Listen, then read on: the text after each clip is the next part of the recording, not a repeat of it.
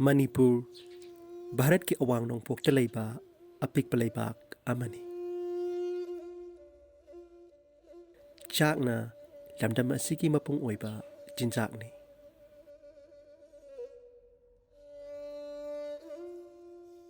Longwi singna chahi amagi chapa oknaba kaida phau paisinduna thamnai.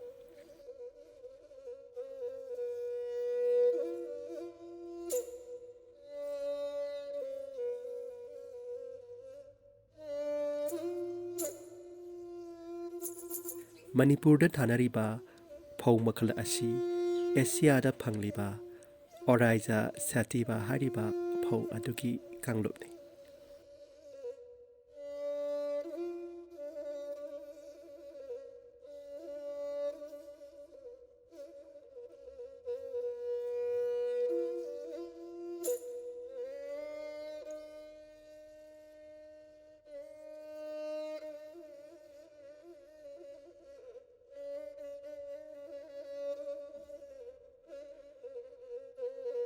Awang Kabruda Lainingtang Soraren ki yathang dagi machanupi phoibina mioibagi damak phauram chamaknipan puthoki aduga mioibana low lokpa matamda amang ata leitanaba phokawrolshu semki haina Meitei singna thajane.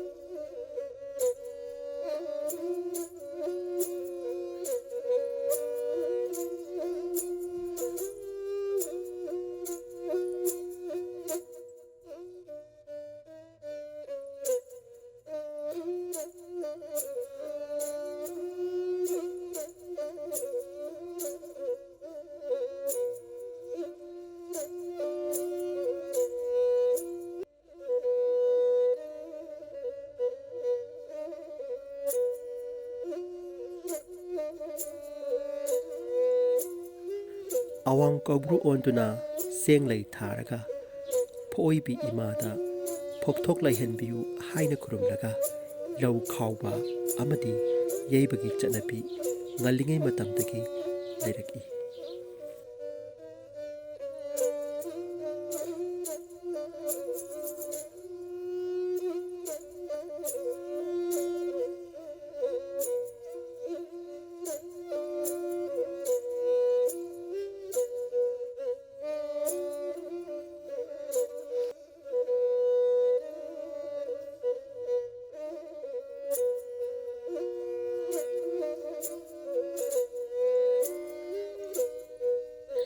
Lau YEIBA Phaklen, Chairong, Humai, Phau Intok, Phokon Thauri, Khoining, Amasung, Hanubi, Maru oina changi.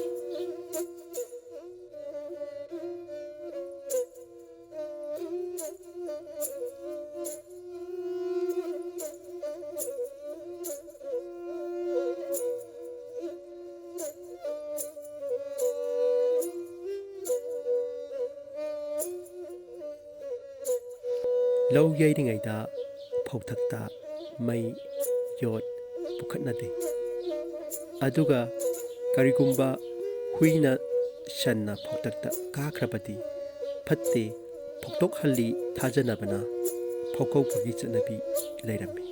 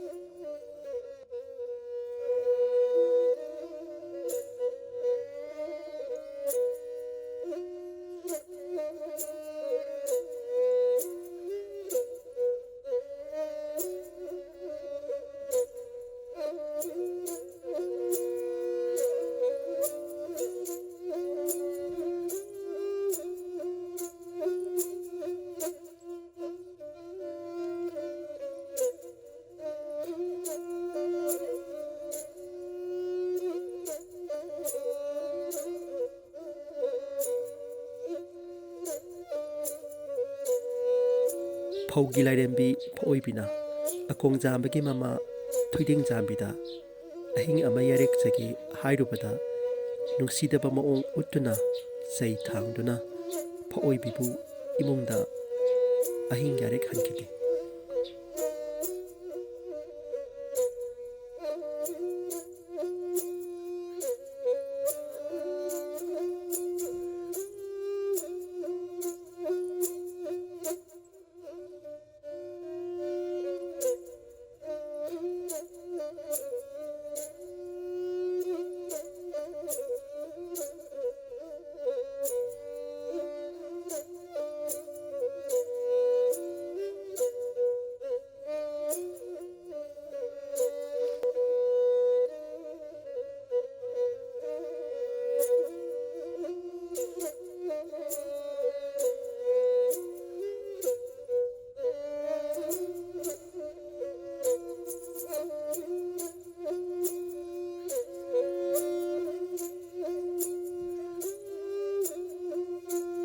ꯐꯑꯣꯏꯕꯤ ꯑꯃꯗꯤ ꯊꯣꯏꯗꯤꯡꯖꯥꯝꯕꯤ ꯑꯅꯤꯒꯤ ꯃꯔꯛꯇ ꯅꯨꯡꯉꯥꯏꯅꯗꯕ ꯑꯃ ꯂꯩꯕꯗꯒꯤ ꯂꯧ ꯌꯩꯕ ꯃꯇꯝꯗ ꯊꯣꯏꯗꯤꯡ ꯄꯨꯊꯅꯗꯦ꯫ ꯀꯔꯤꯒꯨꯝꯕ ꯄꯨꯊꯔꯕꯗꯤ ꯐꯧꯊꯣꯛꯍꯜꯂꯤ ꯍꯥꯏꯅ ꯊꯥꯖꯅꯩ꯫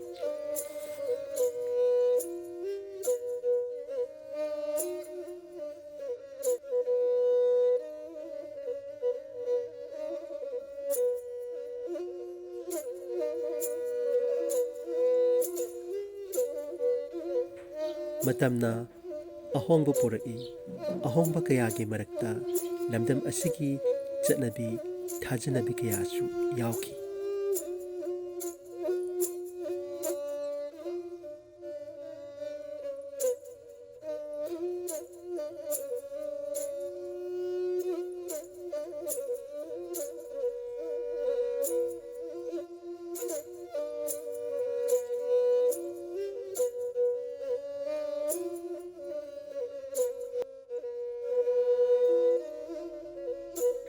ꯉꯁꯤꯗꯤ ꯃꯣꯗꯔꯟ ꯇꯦꯛꯅꯣꯂꯣꯖꯤꯅ ꯂꯧ ꯈꯥꯎꯅꯕ ꯌꯩꯅꯕ ꯃꯦꯆꯤꯟ ꯀꯌꯥ ꯄꯨꯊꯣꯔꯛꯂꯦ꯫ ꯃꯁꯤꯅ ꯂꯧꯃꯤꯁꯤꯡꯗ ꯈꯨꯗꯣꯡꯆꯥꯕ ꯀꯌꯥ ꯂꯩꯍꯜꯂꯤ꯫ ꯂꯧ ꯈꯥꯎꯕ ꯌꯩꯕꯗ ꯃꯇꯝ ꯆꯪꯍꯟꯗꯦ, ꯃꯤ ꯆꯪꯍꯟꯗꯦ, ꯁꯦꯜ ꯌꯥꯝꯅ ꯇꯤꯡꯍꯟꯗꯦ, ꯃꯐꯝ ꯃꯇꯝ ꯅꯥꯏꯗꯅ ꯁꯤꯖꯤꯟꯅꯕ ꯌꯥꯍꯜꯂꯤ꯫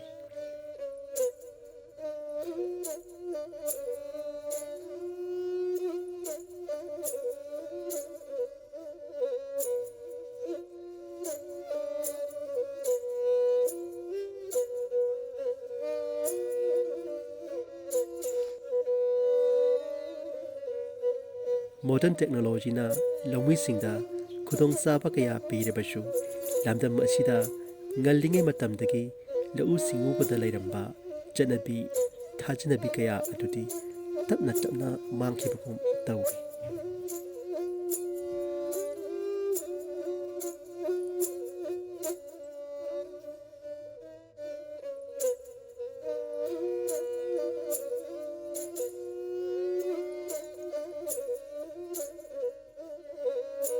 ꯃꯇꯝ ꯈꯔꯒꯤ ꯃꯇꯨꯡꯗꯗꯤ ꯄꯨꯝꯃꯨꯠ ꯃꯨꯠꯈꯤꯕꯁꯨ ꯌꯥꯅ ꯂꯩꯔꯤ꯫